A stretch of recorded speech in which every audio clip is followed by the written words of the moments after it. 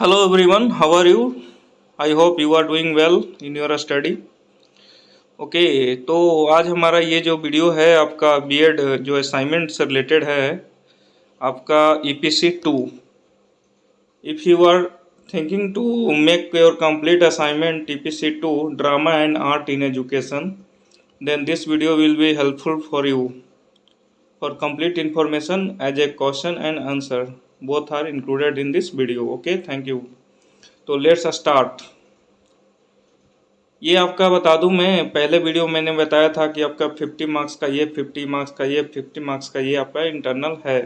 तो इसका हमने ऑलरेडी वीडियो डाल दिया है. आज मैं इसका जो ईपीसी 2 है इसका मैं वीडियो बना रहा हूँ, ठीक है. और आने वाले 2-3 दिनों में मैं ईपीसी 3 का भी अपलोड कर दूंगा, ठीक. तो आइए हम लोग देखते हैं क्या है आपका drama and art in education. तो प्रश्नोत्तर 1, इसमें 3 क्वेश्चन का मेनली हम लोग डिस्कशन करेंगे विद सॉल्यूशन. तो मैं धीरे धीरे बोलूँगा क्योंकि इसमें आपको लिखना के पर्पज़ से ही इस वीडियो को बना रहा हूँ मैं, समझने की कोई बात है नहीं. ओके, तो पहला क्वेश्चन है कि कला से क्या समझते हैं. कला से क्या समझते हैं, शिक्षा में कला की भूमिका का वर्णन करें. कला से क्या समझते हैं. टोटल ये आपका 27 पेज का है, तो आई होप 30+ मिनट का ही वीडियो जाएगा. तो please make patience and complete all 3 question. कला से क्या समझते हैं, शिक्षा में कला की भूमिका का वर्णन करें. ओके, तो प्रस्तावना क्या है कि वर्तमान समय में अगर देखा जाए तो कल्पना की सौंदर्यात्मक अभिव्यक्ति का नाम ही कला माना जाता है. कल्पना की अभिव्यक्ति भिन्न भिन्न प्रकार से एवं विभिन्न माध्यमों द्वारा हो सकती है. यह अभिव्यक्ति जिस भी माध्यम एवं जिस भी प्रकार से हो वही कला का पर्याय कहलाती है. विभिन्न प्रकार की सामग्रियों, माध्यमों और तकनीकों के द्वारा मुख्य रूप से अपने विचारों, संवेगों और भावनाओं की कल्पनाशीलता एवं सृजनात्मकता के साथ आत्म अभिव्यक्ति का साधन करना है. कला शिक्षा का उद्देश्य शिक्षार्थियों को संवेदनशील बनाना है. इसके माध्यम से वे प्रकृति में प्राप्त ध्वनियों, गतियों, रूपों, रंगों तथा रेखाओं के सौंदर्य की सराहना करना सीखते हैं. कला शिक्षा की विद्याओं को निम्न भागों में बांटा जाता है. पहला है आपका प्रश्न कलाएं, ठीक है ना.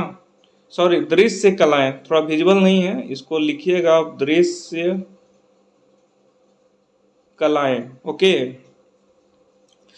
दृश्य कलाओं में विचारों और संवेगों को किसी माध्यम और सामग्री आदि के द्वारा व्यक्त किया जाता है. इसमें निम्नलिखित कलाएं सम्मिलित हैं. पहला है आपका रेखांकन और चित्रांकन. इसमें छोटे छोटे बच्चों जो है टेढ़ी मेढ़ी रेखाओं के माध्यम से कुछ बनाते हैं और अपने विचारों को अभिव्यक्त करते हैं. सेकंड है आपका छपाई की कक्षा. इसमें एक सतह में एक सतह की बनावट या आकृति को छाप द्वारा दूसरे सतह पर उतारा जाता है, जैसे दीवार पर अंशु लिपियों का छाप बनाना. ओके, कोलाज बनाना. किसी वस्तु के आरेखन को सजाने के लिए उस पर किन्हीं वस्तुओं या सामग्रियों को चिपकाकर जो कलात्मक रचना बनाई जाती है कोलाज कहते हैं. जैसे रंगीन कागज का प्रयोग करके हाथी के आरेखन पर चिपकाना. नेक्स्ट है आपका मृत्तिका प्रतिरूपण. इसमें मिट्टी का प्रयोग करके बच्चे कई तरह के बर्तन जैसे पशु पक्षी, खिलौने आदि बनाते हैं. नेक्स्ट आपका मुखौटा निर्माण कला. मुखौटा की सहायता से बच्चे किसी दूसरे पात्र के चरित्र का अभिनय करते हैं. प्रतिरूपण मॉडल. बेकार या फेंकी गई सामग्री से उपयोगी चीज बनाना, थर्मोकोल से विद्यालय, अस्पताल बनाना, प्रतिरूपण बनाना आदि. नेक्स्ट आपका मंचीय कलाएं. जैसे कि नाम से स्पष्ट है, इस कला का प्रदर्शन सामूहिक रूप से मंच से किया जाता है. इसमें निम्नलिखित कलाएं आती है. कौन कौन सी कला है, तो ए नंबर में दिया संगीत, लोरोगीत, अभिनय, गति, राष्ट्रगान का प्रदर्शन आदि. सेकंड है आपका लयात्मक संचलन और नृत्य. किसी निश्चित ढांचे के अनुसार संचलन नृत्य, जैसे विभिन्न क्षेत्रीय लोक नृत्य.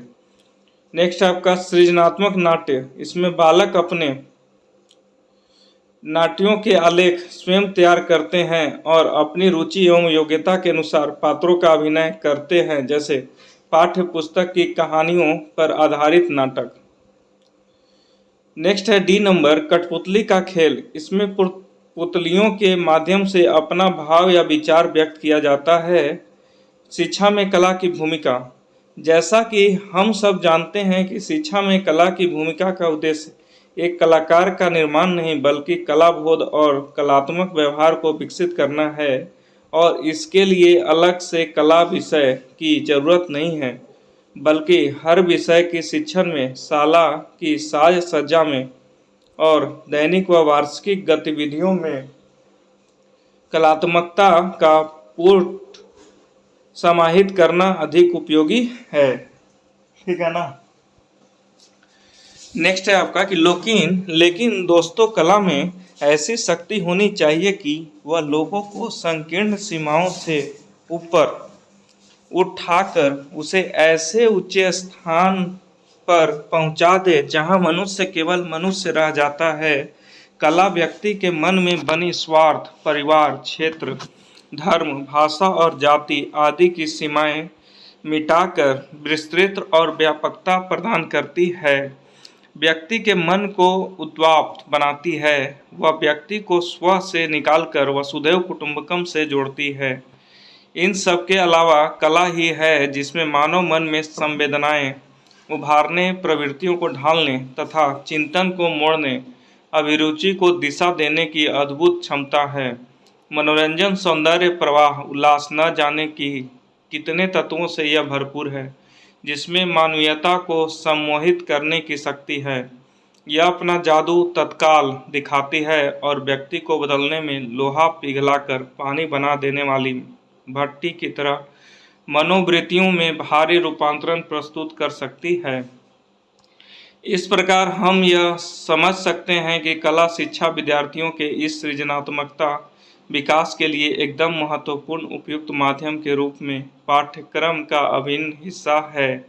यह शिक्षा मुख्यतः दो तथ्यों पर आधारित है। प्रथम तथ्य यह है कि प्रत्येक विद्यार्थी अनेकों छिपी हुई सृजनात्मक योग्यताओं को परिपूर्ण करने में सहायक होती है। कला शिक्षा के महत्व। यहाँ हम आपको निम्नलिखित बिंदुओं द्वारा कला शिक्षा के महत्व से अवगत करा रहे हैं, जो इस प्रकार है। पहला है आपका, कला सीखने के कार्य को संपन्न करती है। कला सीखने के कार्य को संपन्न करती है। कला सीखने को संगठित करती है। और आपका नेक्स्ट है, कला सीखने को सजीव बनाती है। कला सीखने की परिस्थितियां निर्मित करती हैं। कला नैसर्गिक क्षमता का विकास करती है। कला व्यक्तित्व को विकसित करती है। कला सौंदर्यात्मक विकास को बढ़ाती है। कला जीवन को पूर्णता से जीने में सहायक होती है। कला व्यक्तित्व के विकास में सहायक माना जाता है। आगे है आपका कि कला एक ऐसा विषय है दोस्तों जिसमें विभिन्न क्रियाओं व गतिविधियों के माध्यम से छात्रों के सर्वांगीण विकास में सहायता मिलती है। कला का क्षेत्र अत्यंत व्यापक है। वह कला शिक्षण का उद्देश्य केवल छात्रों का संज्ञानात्मक विकास ही नहीं अपितु क्रियात्मक विकास, व्यवहारगत परिवर्तन को लाते हुए छात्रों को आत्मनिर्भर व जीने की कला सिखाना है। कला शिक्षण के माध्यम से छात्रों में विचारों, भावों, अनुभवों, प्रतिक्रियाओं, संवेदनाओं, धारणाओं, कल्पनाओं, संवेगों व क्रियाओं की स्वच्छंद रूप से अभिव्यक्ति को विकसित करने के लिए अवसर प्रदान किए जाते हैं। यह एक ऐसा विषय है जो छात्रों के जीवन से निरसता को दूर कर कल्पनाओं को रंग भरता है, छात्रों को सृजनात्मकता एवं नवीनता को अपनाने के लिए प्रेरित करता है तथा उनमें रुचि एवं समझ विकसित करते हुए प्रत्येक कार्य को पूर्ण लगन एवं मेहनत से करने के लिए तैयार करता है। Absolutely right, excellent. यह कोई अलग थलग विषय नहीं है अपितु यह अन्य विषयों एवं अन्य विषय इसका अंग उसी प्रकार है जैसे आत्मा का शरीर से संबंध है। यह आपस में एक दूसरे के पूरक हैं। चित्रांकन, नृत्य, नाटक, शिल्पकारी, रेखाचित्र, रंग भरण आदि इनमें से किसी भी रूप द्वारा अपनी भावनाओं का व्यक्त करना कला की मान्यता कहलाती है। यह एक ऐसा माध्यम है जो सभी सीमाओं व बंधनों से मुक्त है। किसी न किसी उद्देश्य को प्राप्त करने के लिए इसे अपनाया जाता है। फाइनली आपका कंक्लूजन डेट इन निष्कर्ष। उपर्युक्त वाक्यों एवं तथ्यों से यह स्पष्ट होता है कि कला के बिना मानव जीवन सफल हो ही नहीं सकता है, क्योंकि इस धरती पर जितने भी मानव पैदा हुए हैं उनमें प्रत्येक में कुछ न कुछ काबिलियत एवं कला जरूर मौजूद है। कुछ न कुछ काबिलियत एवं कला जरूर मौजूद होते हैं। इस प्रकार हम यह कह सकते हैं कि कल्पना की सौंदर्यात्मक अभिव्यक्ति का नाम ही कला है। कल्पना की अभिव्यक्ति भिन्न भिन्न प्रकार से एवं विभिन्न माध्यमों द्वारा हो सकती है। यह अभिव्यक्ति जिस भी माध्यम एवं जिस भी प्रकार से हो वही कला का पर्याय कहलाती है। तो हमारा पहला क्वेश्चन कंप्लीट होता है। अब हमारा है आपका दूसरा। ठीक है, भारत की क्षेत्रीय कला एवं लोक कलाओं का वर्णन करें। तो प्रस्तावना सेम पैटर्न। भारतीय कला धार्मिक एवं आध्यात्मिक भावनाओं से सदा अनुप्राणित रही है, किंतु भारतीय कलाकारों ने प्रत्येक युग में धार्मिक कृतियों के साथ साथ लौकिक एवं धर्मोत्तर कृतियों का भी सृजन किया है, क्योंकि भारतीय सामाजिक जीवन में इन्हें भी समान रूप से महत्व दिया गया था। भारत की क्षेत्रीय कला कोई भी कला और शिल्प जो किसी भी क्षेत्र के निवासियों के बीच अपनी क्षेत्रीय स्थान जैसे गांवों, छोटे शहरों या किसी भी प्रकार के क्षेत्रीय केंद्र से अपनी कला और शिल्प कार्य करने के लिए शुरू हुआ, क्षेत्रीय कला और शिल्प कला के रूप में जाना जाता है। भारत में 4 तरह की संस्कृति पल्लवित होती रही है। पहला है अरण्यक आदिवासी संस्कृति, सेकंड है मैदानी भाग की कृषि संस्कृति, थर्ड है आपका पर्वत श्रृंखलाओं की संस्कृति और फोर है आपका निश्चित संस्कृति। इन सभी सांस्कृतिक क्षेत्रों में लोक कला का भरपूर विकास हुआ है। प्रागैतिहासिक चित्रकला में रूप संयोजन के साथ जीवन के समावेश का भी बाहुल्य मिलता है। आदि अवस्था में मनुष्य अपने सौंदर्यपरक क्रियाकलाप को जीवन के अन्य कार्यों से अलग नहीं रखा था। कला उसकी जीवन प्रक्रिया का अभिन्न अंग भी है या अंग थी। गुफाओं की छतों पर और दीवारों पर आदि मानव के बनाए अनेक चित्र मिलते हैं। अनेक पहाड़ियों, आखेट, पशुपालन तथा अन्य जीव आकृतियाँ, पशु पक्षी, मानव कृतियाँ, शुद्ध धनुधारी, अश्वारोही, नौ यात्रा, नाच गान और देव आराधना के चित्र मिलते हैं। ये चित्र तत्कालीन संस्कृति और कला को प्रकट करते हैं। सभ्यता के विकास के साथ हड़प्पा संस्कृति आते दैनिक प्रयोग के वस्तुओं, पात्रों, मृद भांडों एवं मुद्राओं को भी चित्रों का अंकन मिलने लगा है। अधिकांश बर्तनों पर ज्यामितीय चित्रण मिलता है। साथ ही कुछ पर पशु पक्षियों, वृक्षों, फूल पत्तियों के चित्र भी मिलते हैं। मुद्राओं पर विभिन्न पशु के चित्र मिलते हैं। धर्म, उत्सव, पूजा पाठ से संबंधित चित्र भी मिलते हैं। क्षेत्रीय लोक कला के पहले कला की जानकारी। भारतीय कला अर्थ किसी भी कार्य को पूरी तरह कुशलता या निपुणता से संपन्न करना कला कहलाता है, जैसे मूर्ति बनाना, चित्र बनाना, भवन या मंदिर बनाना, गीत गाना, काव्य रचना आदि। गीत गाना कला तभी कहा जाएगा जब गीत सुमधुर और लय ताल के साथ गाया जाए। इसी प्रकार काव्य, नाटक, चित्र, मूर्ति आदि कला की परिधि में तभी आएगी जब उसमें अर्थ, रसभाव और रूप की सुंदर निष्पत्ति हो। कला शब्द का प्रयोग सर्वप्रथम ऋग्वेद में हुआ है। कला संस्कृत भाषा का शब्द है। इसकी उत्पत्ति कल धातु से हुई है, जिसका अर्थ प्रेरित करना है। कुछ विद्वान इसकी उत्पत्ति कर धातु से मानते हैं, जिसका अर्थ प्रसन्न करना है। कला की परिभाषा। पहला है आपका प्लेटो के अनुसार कला सत्य की अनुकृति है। सेकंड है अरस्तु के अनुसार कला प्रकृति का अनुकरण है। थर्ड कहता है फ्रॉयड के अनुसार कला दमित वासनाओं का उभरा हुआ रूप है। फोर कहता है क्रोचे के अनुसार हर एक महान कला ईश्वरीय कृति के प्रति मानव आह्लाद की अभिव्यक्ति है। नेक्स्ट है आपका टॉलस्टॉय के अनुसार कला भावों को क्रिया, रेखा, रंग, ध्वनि या शब्द द्वारा इस प्रकार अभिव्यक्त करना है जिसे देखने या सुनने वालों के मन में वही भाव जागे। 6 है हीगेल के अनुसार कला आदि भौतिक सत्ता को व्यक्त करने की माध्यम है। 7 है रस्किन के अनुसार कला में मनुष्य अपनी भावनाओं की अभिव्यक्ति करता है। 8 है रविन्द्रनाथ टैगोर के अनुसार कला में मनुष्य अपनी अभिव्यक्ति करता है। 9 है आपका जयशंकर प्रसाद के अनुसार ईश्वर की कर्तव्य शक्ति का संकुचित रूप जो हमको बोध के लिए मिलता है वही कला है। नेक्स्ट है दोस्तों मैथिली शरण गुप्त के अनुसार अभिव्यक्ति की कुशल शक्ति ही तो कला है जो अपूर्ण कला की पूर्ति है। नेक्स्ट है निब्से के अनुसार कला जीवन के कड़वे अनुभवों से मुक्ति का माध्यम है।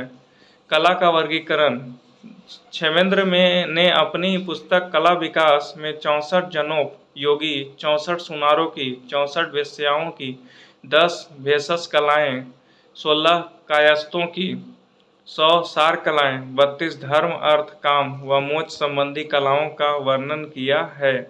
कला का वर्गीकरण 2 बिंदुओं के आधार पर किया गया है। पहला है उपयोगी कला और दूसरा है ललित कला। तो आइए देखते हैं हम लोग उपयोगी कला क्या है। तो जो कला हमारे जीवन की आवश्यकताओं को पूर्ण करती है उसे उपयोगी कला कहते हैं, जैसे आभूषण निर्माण, रंगाई, छपाई, बढ़ईगिरी एवं अन्य व्यावसायिक कार्य इत्यादि। इस कला से हमें भौतिक सुख मिलता है। ललित कला सेकंड क्या था? ललित कला। ललित कलाओं का एकमात्र उद्देश्य केवल मानसिक या ध्यात्मिक, ठीक है ना, आनंद प्रदान करना होता है। ललित कला के मुख्यतः 5 प्रकार माने गए हैं: चित्रकला, मूर्तिकला, वास्तुकला, संगीत कला एवं काव्य कला। देख सकते हैं पांचों है। पहला चित्रकला, दूसरा मूर्तिकला, तीसरा वास्तुकला, चौथा है संगीत कला और पांचवा है काव्य कला। देख सकते हैं कितना कंप्लीट इंफॉर्मेशन दिया गया है इसमें, किसी तरह का कोई इसमें मेहनत का कोई कमी नहीं है, ठीक है ना। तो चित्रकला क्या कहता है कि चित्रकला मनोभावों तथा विचारों को अत्यधिक स्पष्ट करने में सक्षम होती है।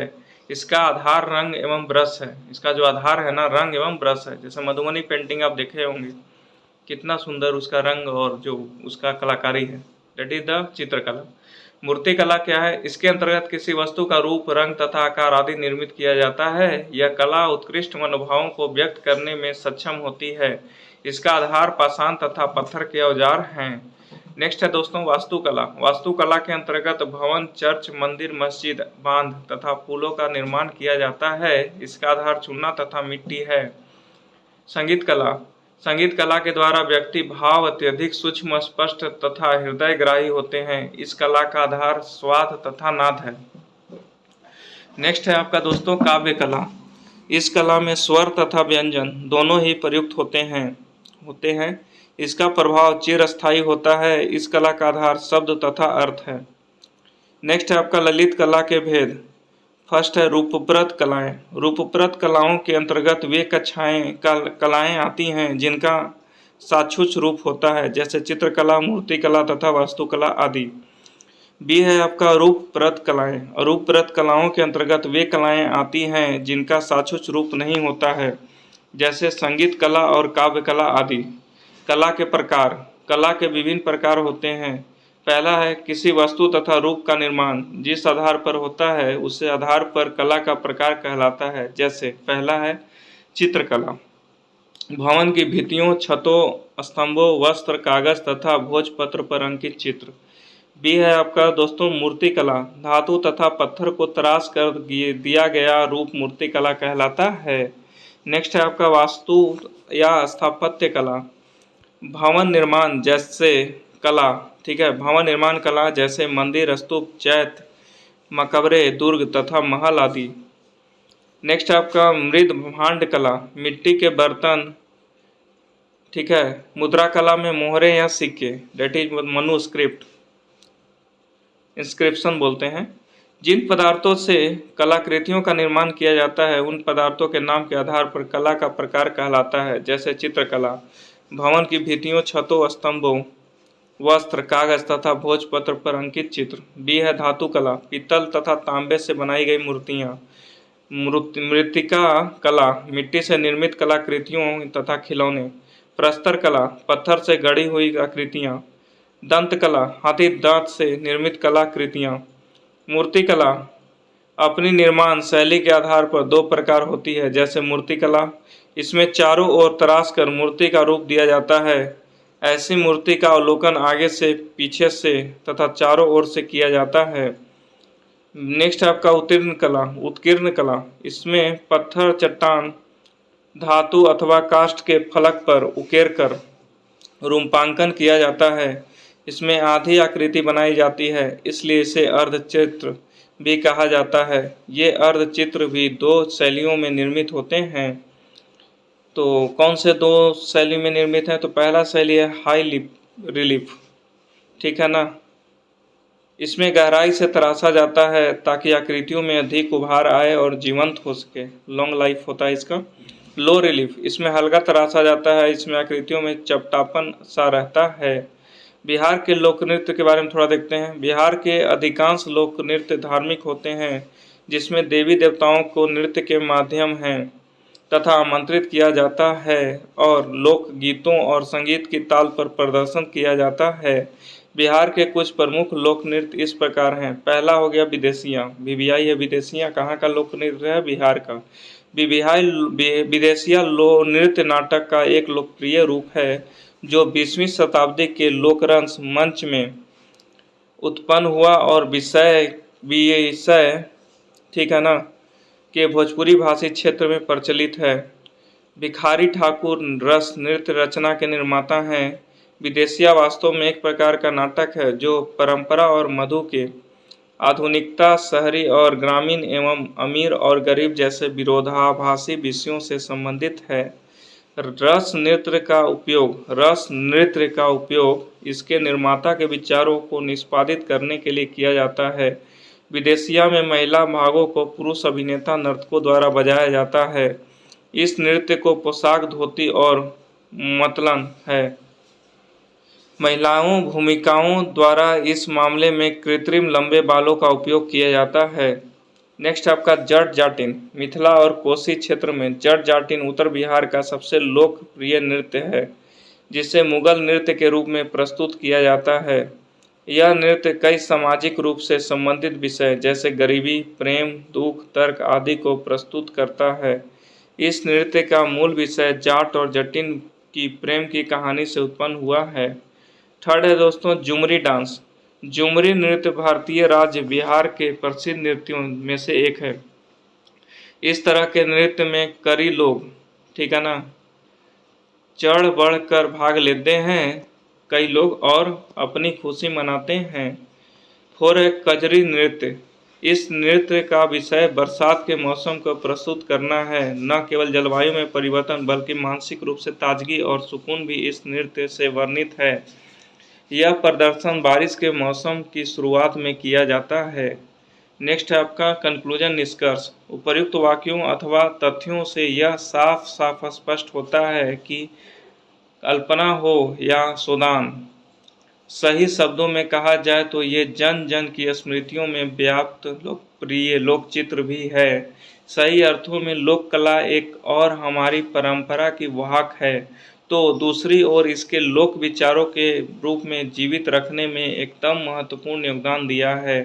इस प्रकार इस माध्यम से उत्सव धार्मिकता को जीवंतता प्राप्त हुई है, किंतु यह भी विलक्षण सत्य है कि लोक कला को जीवित और गतिमान रखने का श्रेय सबसे ज़्यादा स्त्रियों को जाता है।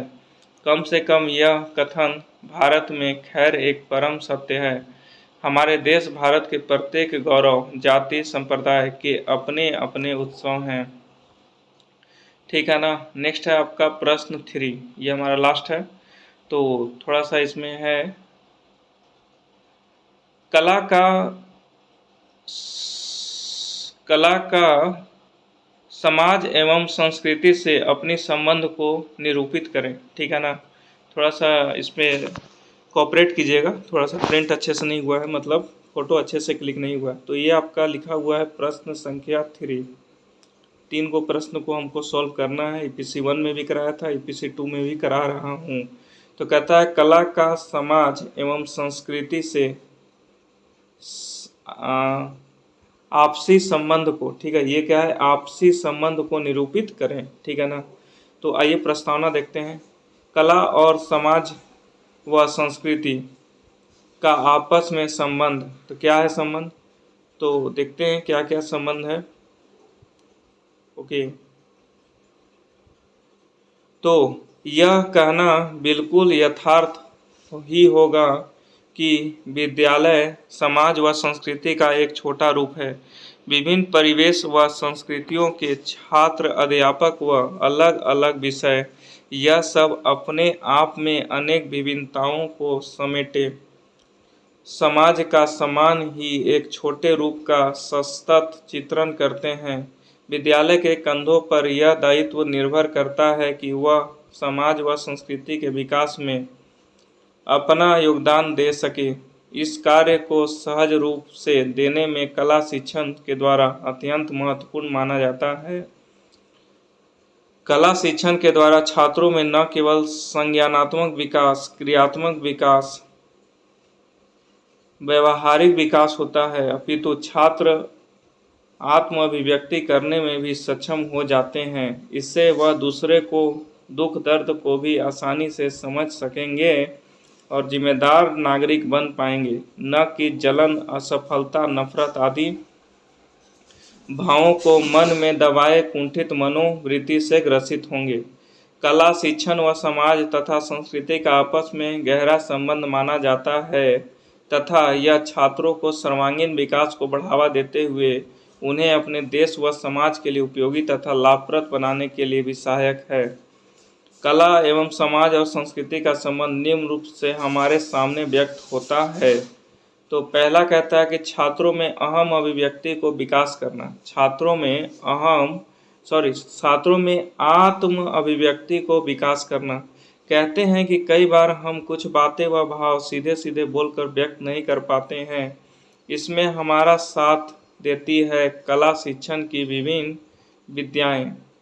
जैसे छात्र यह महसूस करते हैं कि पर्यावरण प्रदूषित हो रहा है, वह इस बात को सबके सामने व्यक्त करने के लिए नाटक, गीत, नृत्य व चित्रकला आदि का सहारा ले सकते हैं। सेकंड क्या है, छात्रों में जिम्मेदारी व दायित्व का विकास। कला शिक्षण के माध्यम से हम छात्रों को अत्यंत सरल रूप समाज की अनेक बुराइयों से परिचित कराकर उनमें उन लोगों की बुराइयां को दूर करके भाव जगा सकते हैं। जैसे छात्र प्रदूषण के दुष्प्रभावों व इससे बचाने का उपयोग से एक नाटक के मंच द्वारा सरलता से परिचित हो सकते हैं। थर्ड है आपका समाज व संस्कृति में प्रचलित विभिन्न विद्याओं से परिचित कराना। प्रत्येक समाज व संस्कृति की अपनी कुछ धरोहर होती हैं। यह धरोहर देश व समाज को भावी भविष्य यानी इन बच्चों को सीख कर आने वाली पीढ़ी व समाज के विकास के लिए सुरक्षित की जा सकती है।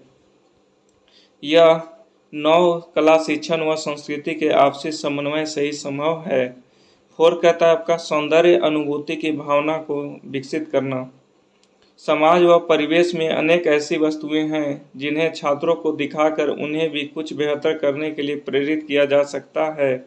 उदाहरण के तौर पर छात्रों को चंडीगढ़ के टॉक गायना के भ्रमण पर ले जाने से उनमें भी बेकार वस्तुओं के प्रयोग में लाकर कुछ उपयोगी वस्तुओं बनाने के लिए उन्हें उत्साहित किया जा सकता है। जब वह अपने आसपास विभिन्न वस्तुओं को कुछ न कुछ सुंदरता के निहारेंगे तो उनके अंदर अपने आप ही अच्छाई विकसित होगी तथा वह नम्र एवं सहज बन सकेंगे, न कि क्रोधी व ईर्ष्यालु। नेक्स्ट है आपका 5वां पॉइंट कि छात्रों में नवीन रुचियों का विकास करना। जो छात्रों हैं ना उसमें नवीन रुचि, नया रुचि का डेवलपमेंट करना। तो छात्रों को समाज व संस्कृति से जुड़ी कला के विभिन्न नमूने दिखाकर उन्हें कला के अलग अलग रूपों से परिचित तथा अवगत कराना व छात्रों के कला के उन रूपों में अपनी ओर से कुछ नवीनता लाने के लिए प्रेरित करना। अर्थात कठपुतली नाच राजस्थान की एक अत्यंत रोचक कला है। इसके द्वारा वह लोग केवल राजा रानियों के किस्से ही प्रस्तुत करते हैं। हमें छात्रों को इस कला के नवीन रूप में प्रयोग करने के लिए प्रेरित करना चाहिए, जैसे कठपुतली नाच द्वारा दहेज तथा कृतियों को प्रस्तुत करना। नेक्स्ट है आपका सर्वमान्य भाषा का विकास करना। कला एक स्वच्छ अभिव्यक्ति का साधन माना जाता है। यह एक तरह सार्वभौमिक है। इसके द्वारा इसमें से सरलता से संबंध बनाए जा सकते हैं। कला धर्म, मजहब, जाति पाति, देश सरहदों के दायरों से ऊपर है। इस प्रकार कला के विभिन्न रूपों से छात्रों को परिचित कराकर उन्हें अधिक सामाजिक बनाया जा सकता है। वह कला के द्वारा सरलता से समाज में अपनी जगह बना सकेंगे। 7 कहता है समाज के विभिन्न कलाकारों द्वारा छात्रों को प्रेरित करना। हमारे समाज व संस्कृति में अमूल्य कलाओं के धनी अनेक कलाकार हैं। छात्रों के विकास को ध्यान में रखते हुए इन कलाकारों से छात्रों को मिलने वाली जो प्रबंध होती है वो जिसने छात्र उनकी कला, जीवन शैली, आदर्शों आदि से एकदम परिचित होकर प्रेरित हो तथा वह भी अपने जीवन को सही दिशा प्रदान कर सके। नेक्स्ट आपका सृजनात्मकता का विकास। समाज व संस्कृति के अनेक पहलुओं से परिचित होकर छात्र न केवल संस्कृति के सुंदर रूप से परिचित होंगे अपितु हमें अनेक समझ यानी सीखे, ठीक है ना, सीखने के दोनों पहलुओं रखने हैं, अर्थात समाज की कमियों से भी उन्हें अवगत कराना व छात्रों को अपने कौशलों, सिद्धांतों में सृजनात्मकता की प्रवृत्ति को सम्मिलित कर उन्हें दूर करने के लिए नई वस्तुओं व योजनाओं का निर्माण करना। उदाहरण के तौर पर छात्र समाज में प्रदूषण बढ़ने का एक कारण प्लास्टिक की शैलियों के अधिक प्रयोग को भी महसूस करते हैं। इसलिए वह इस वाक्य में निजात पाने के लिए कागज व ईंट तथा जूट के सुंदर व उपयोगी थैले बनाकर प्रदर्शनी लगा सकते हैं। इसमें सृजनात्मकता का प्रयोग करके पर्यावरण को सुरक्षित बनाने का प्रयास करना चाहिए। नेक्स्ट है आपका मनोरंजन का साधन। कला के विभिन्न रूपों का प्रयोग कर फिर चाहे वह नाटक, नृत्य, गीत, चित्र आदि, ठीक है ना, आदि इन्हें अथवा इनके द्वारा समाज में रहने वालों के नवीन से निरस्ता को दूर कर नवीन उत्साह का संचार किया जा सकता है। नेक्स्ट है आपका छात्रों को कला व कलाकार की मेहनत के प्रति सम्मान के भाव को जागृत करना। समाज के विभिन्न वर्ग के लोग कला के इस अवकाश स्वरूपों से जुड़े हुए हैं, वे उन्हें अपना जीवन यापन करते हैं। छात्रों को यह बात समझना चाहिए कि उनके भावी जीवन के लिए अत्यंत आवश्यक है। उसे हमें किसी भी व्यक्ति को हुनर से आंकना चाहिए, न कि जाति, धर्म आदि तत्वों के आधार पर। प्रत्येक व्यक्ति समाज में अपने रूप में कुछ न कुछ योगदान देता है। हमें उनके योगदान के महत्व को समझना चाहिए। वह प्रत्येक कलाकार व उसकी कला की सराहना हृदय से करनी चाहिए, चाहे वह कलाकार दशहरे के लिए रावण का निर्माण करने वाला हो या फिर कोई मशहूर कलाकार। सबका अपना अपना महत्व होता है। इस बात को छात्रों के समक्ष स्पष्ट करना आवश्यक है, तभी वह जीवन में प्रत्येक व्यक्ति कुछ न कुछ सीख सकेंगे, नहीं तो व्यर्थ का घमंड करते रहेंगे। फाइनली दोस्तों आपका है निष्कर्ष। तो निष्कर्ष में क्या है कि इस प्रकार ऊपर वर्णित बिंदुओं के आधार पर यह कहना बिल्कुल यथार्थ ही होगा कि छात्रों के सर्वांगीण विकास में जिस प्रकार समाज व संस्कृति का योगदान है, उसी प्रकार छात्र भी अपनी सृजन शक्ति से समाज व संस्कृति को और आगे ले जाते हुए अपने दायित्व का निर्वाह करेंगे। तो okay, thank you. Thanks for watching this video. I hope this will be useful for you. If you want to write EPC 2, then video play push and you write complete answer. So that's it from my side. Okay, thank you very much.